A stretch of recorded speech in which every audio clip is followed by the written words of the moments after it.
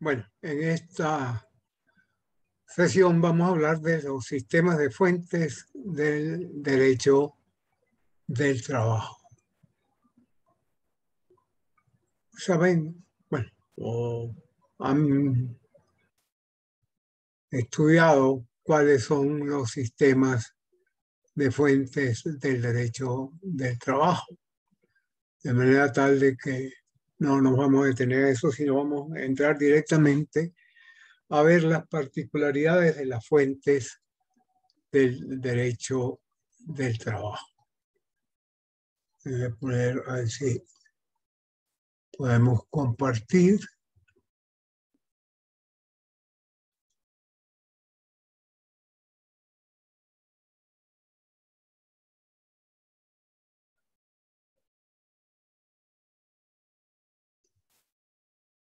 Bueno, vamos a seguir porque no podemos perder tiempo. Los sistemas de fuentes del derecho del trabajo presentan una serie de particularidades que es bueno destacar de entrada. En primer lugar, el derecho del trabajo, como rama autónoma del derecho, posee fuentes propias, exclusivas del derecho del trabajo, como es el caso, por ejemplo, de la Convención Colectiva de Trabajo. Y las fuentes comunes, como la ley, la costumbre, etcétera, que son comunes a otras ramas del derecho, tienen una fisonomía propia, como se verá más adelante. La jerarquía de las fuentes es diferente. La mayoría de las ramas del derecho siguen, digamos, el esquema de la pirámide de Kelsen, en donde las constituciones, la constitución está en el pináculo de la pirámide y todas las demás fuentes están jerárquicamente subordinadas a la constitución, la ley, después otras fuentes inferiores a la ley. Sin embargo, y que la ley superior se aplica con preferencia sobre la ley, perdón, la norma de rango superior se aplica con preferencia a la norma de rango inferior. Aquí en el derecho del trabajo vamos a ver cómo en ocasiones una norma de rango inferior se aplica con prioridad sobre una norma de rango superior. Otra característica muy especial del sistema de fuentes del derecho del trabajo es que las declaraciones constitucionales son abundantes y muy importantes. O sea, la base constitucional es muy abundante. Abundancia y especial relevancia de las fuentes externas del derecho del trabajo. En ninguna otra rama del derecho vamos a citar o hacer referencia a convenios o a tratados que tienen una gran relevancia, una gran importancia en el derecho del trabajo. Y otra característica muy importante es la existencia de un sistema plural de fuentes debido a la multiplicidad de esferas que van generando normas de la más diversa naturaleza. Ya vamos a ver cuando veamos en materia de derecho internacional cómo se han venido generando otras normas en las cuales el Estado interviene muy poco o casi no interviene.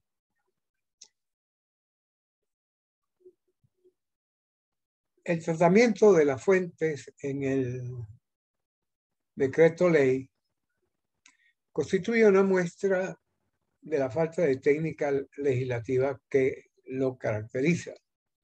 En lugar de sistematizar todo lo relativo a las normas que regulan las fuentes del derecho del trabajo, el derecho lo que hace es dispersarlas más y a veces repetirlas y se encuentran separados en dos capítulos. Vamos a hacer una clasificación de la fuente del derecho del trabajo. En el material que les voy a enviar van a ver un esquema de los sistemas de fuentes del derecho del trabajo. Las fuentes del derecho del trabajo se dividen en dos grandes, digamos, ramas. Las fuentes internas, o sea, aquellas que se producen al interior del Estado, y las fuentes externas, aquellas que se producen fuera del ámbito territorial o por medio de tratados entre el Estado y otro Estado u otros Estados. Las fuentes internas, a su vez, se dividen en dos grandes grupos. Fuentes heterónomas, o sea, hetero significa lo que viene impuesto de afuera, y fuentes autónomas.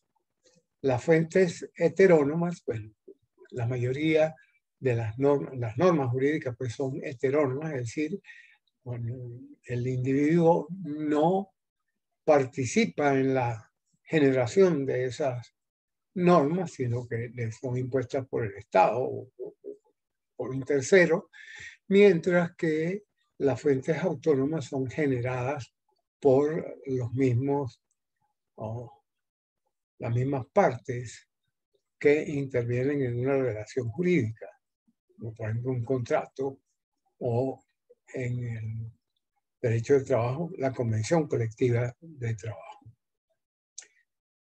Las fuentes heterónomas pueden tener un origen estatal, o sea, generadas por el Estado, como la ley, o pueden no tener un origen estatal, como el caso de la doctrina, por ejemplo. Y las fuentes autónomas pueden ser de origen convencional, es decir, generadas o bien por la autonomía individual o por la autonomía colectiva, o pueden ser también de origen profesional, como es el caso de la costumbre. Las fuentes externas se dividen a su vez en bilaterales, como son los tratados a veces que se hacen entre un Estado y otro para regular, por ejemplo, los migrantes, o fuentes regionales en los sistemas regionales de integración con la Unión Europea, etcétera, que se genera una serie de normativas en materia de trabajo, que se aplican a regular el trabajo, y los convenios y recomendaciones de la OIT. Todo esto forma lo que podríamos llamar un derecho internacional del trabajo.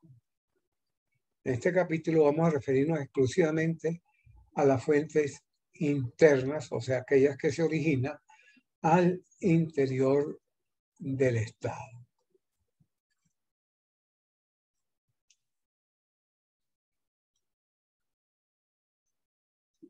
Las fuentes heterónomas o de origen estatal. Bueno, en primer término están las normas legales, reglamentarias y también la Constitución. Luego las llama normas de derecho escrito y ocupan un legal importante dado el carácter imperativo de la ley. Dentro de esas fuentes conocemos en primer lugar la Constitución. La Constitución es una norma fundamental y una fuente en todas las ramas del derecho, pero en el derecho del trabajo adquiere una importancia capital. Dentro del capítulo 5 del título 3 de la Constitución de los derechos fundamentales se encuentra dentro de ese capítulo los derechos sociales y de la familia. Y dentro de ellos los artículos 87 al 97, o sea, 11 artículos, están dedicados exclusivamente al trabajo. La tendencia a incorporar en los textos constitucionales normas fundamentales en materia de trabajo se conoce con el nombre de constitucionalización del derecho y se inició, como ya lo dijimos en alguna oportunidad, con la Constitución Mexicana de Querétaro de 1917, en su serie de artículos 123, muy extenso, por cierto. Y sigue en la Constitución de la República de Weimar, Alemania, la Alemania después de la Primera Guerra Mundial, de 1919. Y en los años 30 del siglo XX, pues eso se fue extendiendo esa tendencia en casi toda América Latina, y también en Venezuela. Bien, en segundo lugar tenemos las leyes de trabajo. Acá estamos hablando no solo del decreto ley orgánico del trabajo, los trabajadores y las trabajadoras, sino a la vez encontramos otras leyes como la ley orgánica provisional del trabajo, la ley orgánica de prevención, condiciones y medio ambiente de trabajo, la ley, el decreto ley especial para la dignificación de los trabajadores residenciales, o sea, los conserjes, y la ley de protección social al trabajador cultural y trabajadora de la cultura cultural. Después, en ese orden tenemos el reglamento, tanto el reglamento de la ley orgánica del trabajo como el reglamento parcial para el tiempo de trabajo del decreto ley orgánico. Y además hay un decreto para los IMAT y otro otro reglamento parcial para los IMAT y un reglamento de la ley de alimentación para los trabajadores y el reglamento de condiciones, higiene y seguridad en el trabajo. No tenemos decretos dictados por el gobierno nacional en diversas materias, las resoluciones ministeriales, por ejemplo, para extender una convención colectiva o para convocar a una convención colectiva, una reunión normativa laboral. La jurisprudencia, conjunto pues de interpretaciones y consideraciones jurídicas coherentes emanadas de los tribunales de la República, así como también hay alguna jurisprudencia administrativa que está compuesta por las decisiones de los órganos administrativos en materia de trabajo. Las fuentes autónomas. En primer lugar, encontramos las fuentes de la autonomía colectiva, o sea, esa facultad reglamentaria que tienen los interlocutores sociales de crear normas, o sea, patronos y trabajadores en una negociación colectiva. Y ahí sale la Convención Colectiva del Trabajo, que es una fuente exclusiva del derecho del trabajo y que juega un papel muy importante en el avance del derecho del trabajo. Bueno, en la convención colectiva tenemos una definición en el artículo 507 de la Ley Orgánica del Trabajo de 1990, porque la Ley Orgánica del Trabajo actual no define la convención colectiva. Y una convención colectiva de trabajo es una convención, un negocio jurídico celebrado entre el sindicato de una empresa y un patrono o varios patronos para establecer en común las condiciones bajo las cuales se va a prestar el trabajo y los derechos y obligaciones que surgen tanto para los trabajadores involucrados como para las partes, es decir, sindicato y empleador. De acuerdo con el criterio de la Sala de Declaración Social, la convención colectiva no requiere ser probada en un proceso judicial porque ellos consideran que es derecho. El contrato, en segundo lugar, tenemos una manifestación ya no de la autonomía colectiva, sino de la autonomía individual, como es el contrato individual de trabajo. Dentro de estas fuentes autónomas encontramos unas fuentes de origen profesional que son los usos y costumbres. La costumbre sabemos qué es y se diferencia con el uso por el ámbito territorial. El ámbito territorial del uso es más restringido que el ámbito de la costumbre. Una costumbre puede ser regional, extenderse, por ejemplo, a todo el distrito de San Cristóbal, a todas las empresas del distrito de San Cristóbal o del estado Táchira, o por ejemplo, que el Día del Santo Cristo de la Grita sea un día feriado. mientras que el uso es más restringido. En el ámbito es, por ejemplo, una empresa o un ámbito, o las empresas que están en un municipio, un distrito. Otra fuente de origen convencional y autónoma es el reglamento interior de la empresa. Es decir, se le reconoce al empleador un poder reglamentario y dentro de ese poder reglamentario él puede dictar normas de carácter general. El reglamento de la Ley Orgánica del Trabajo venezolana se refiere un poco incidentalmente y dice que un reglamento interior pues es una fuente del derecho del trabajo y que tiene que primero no ir contra la ley ni contra las convenciones colectivas y además tiene que ser publicado, o sea, tiene que tener una publicidad. Encontramos otras fuentes heterónomas, no estatales, como es el laudo arbitral. Es una fuente heterónoma. ¿Por qué? Porque lo dicta, no es un acuerdo de los trabajadores. O sea, eso sucede cuando los trabajadores, cuando el sindicato y el patrono no se ponen de acuerdo en una convención colectiva, entonces a veces van a un arbitraje. Entonces, quienes determinan las condiciones de trabajo no son las propias partes, sino que es un tercero, la junta arbitral, que no tiene nada que ver con las partes que intervienen en la negociación colectiva. Hay otras fuentes no estatales como la doctrina, la equidad y los principios generales del derecho.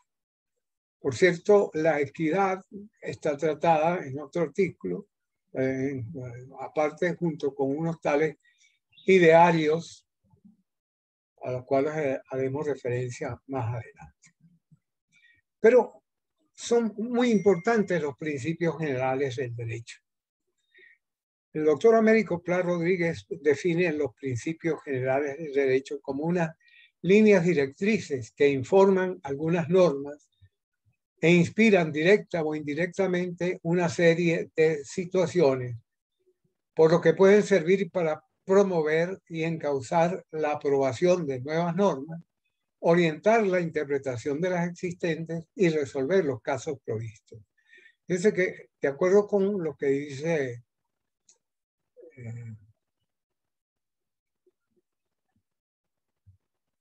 el doctor Pla, tienen varias funciones, que vamos a ver ahora. Nuestra legislación ha optado por explicitar o establecer de manera expresa los principios tanto en la ley como en el decreto de ley como en el reglamento. Hay otros que dicen que no se deben explicitar porque eso les quita un poco los hace más rígidos, les quita un poco de, digamos, de desarrollo, los enclaustra. Sin embargo, hay la otra tendencia, que es la de establecerlos de manera explícita en la ley. Bueno, esos principios, como dice Pla, tienen una función orientadora que sirve tanto para la interpretación como para la creación de nuevas normas del derecho. Tiene una función integradora que todo tiene que interpretarse y aplicarse conforme a los principios. Sirven para crear nuevas normas, dan el sentido que esas nuevas normas tienen que ver. ¿Cuáles son esos principios? Bueno, el primer principio que encontramos, tanto en la Constitución como en el artículo 16 de la ley, es el principio de intangibilidad y progresividad. ¿Qué significa esto? ¿O qué quiere significar esto? Bueno, en que los derechos de los trabajadores que ya tienen, que ya se consagraron, son intangibles. No se pueden tocar, no se pueden reformar en un sentido peyorativo. Eso es lo que en primer lugar se dice. Y progresividad, bueno, que siempre la tendencia es a mejorar los derechos de los trabajadores y las condiciones de trabajo.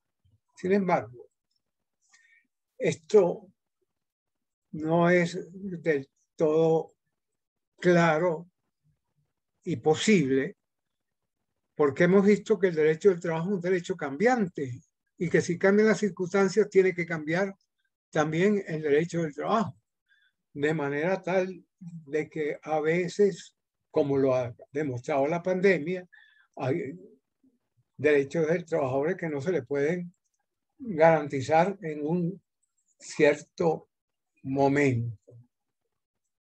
El otro principio muy importante es el principio protector, que es el que informa todo el derecho del trabajo. Ya está, lo vimos en el artículo 2 de la Ley Orgánica del Trabajo y sobre él vendremos más adelante. De ese principio se derivan otra serie de subprincipios, como por ejemplo el principio de la norma más favorable o principio de favor, que hay que decir que cuando nos encontramos que una situación puede ser regulada por dos normas, hay que aplicar la que resulte más favorable al trabajador, aun cuando ésta sea de rango inferior.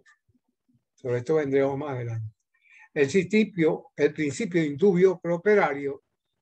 ¿Qué significa esto? Bueno, cuando una norma es susceptible de varias interpretaciones, tenemos que tomar aquella interpretación que resulte más favorable al trabajo. Aquí no hay dos normas que concurren a la solución, sino una que puede ser objeto de varias interpretaciones. El principio de conservación de la condición más favorable, por medio del cual si un trabajador, que más o menos tiene lo mismo que ver con la intangibilidad, ya tiene consagrado un derecho, este derecho no lo puede perder, aun cuando venga una ley posterior que establezca un derecho distinto o que haga desaparecer ese derecho. Esa condición más favorable se mantiene, a no ser que sea una norma imperativa que determine que a partir de ese momento en que entre en vigencia esa norma, se va a aplicar esa reforma y se va a perder entonces el derecho, pero no tiene que ser expreso. El principio de la irrenunciabilidad de los derechos de los trabajadores, al cual hicimos referencia anteriormente. El principio de la primacía de la realidad o de los hechos. Esto quiere decir que no importa la forma que se le dé o lo que digan las partes que es, sino que las cosas son lo que en realidad son y no lo que pretendan decir las partes. También sobre él vendremos más adelante. El principio de la conservación de la relación de trabajo significa que en cualquier caso de duda que se presente, hay que mantener siempre que la relación de trabajo se mantiene. Y de ese principio, que también se lo llama de la continuidad o de permanencia de la relación de trabajo, se derivan varios subprincipios, digamos, que están establecidos en el reglamento de la Ley Orgánica del Trabajo, como son, por ejemplo, el de la presunción de continuidad. Cuando exista duda acerca de que se ha terminado la relación de trabajo o de que no existe una relación de trabajo, debe inclinarse, debe presumir que sigue existiendo, pues por su subsistencia. El principio de la preferencia por los contratos a tiempo indeterminado, en medio del cual, ante la duda de si un contrato se celebró por tiempo determinado, para una hora determinada, hay que entender que se celebró por tiempo indeterminado. Y también, como veremos más adelante, cuando hay sucesión de contratos por tiempo determinado, la ley presume, cuando hay más o dos sucesiones, que la intención fue celebrar el contrato por tiempo indeterminado desde el principio.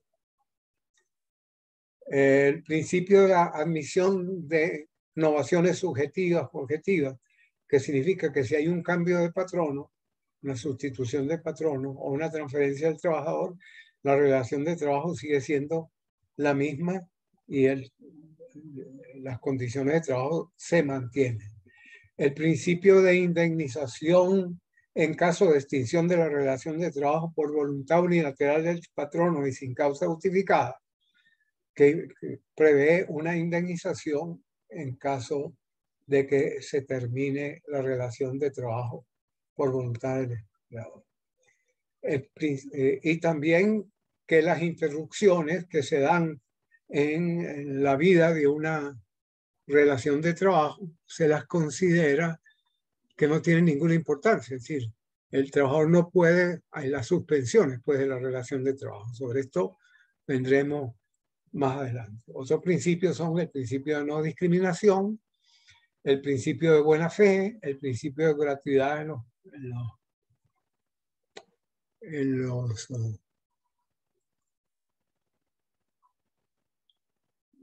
procesos laborales. Bien, vamos a dejarlo hasta aquí y después continuamos porque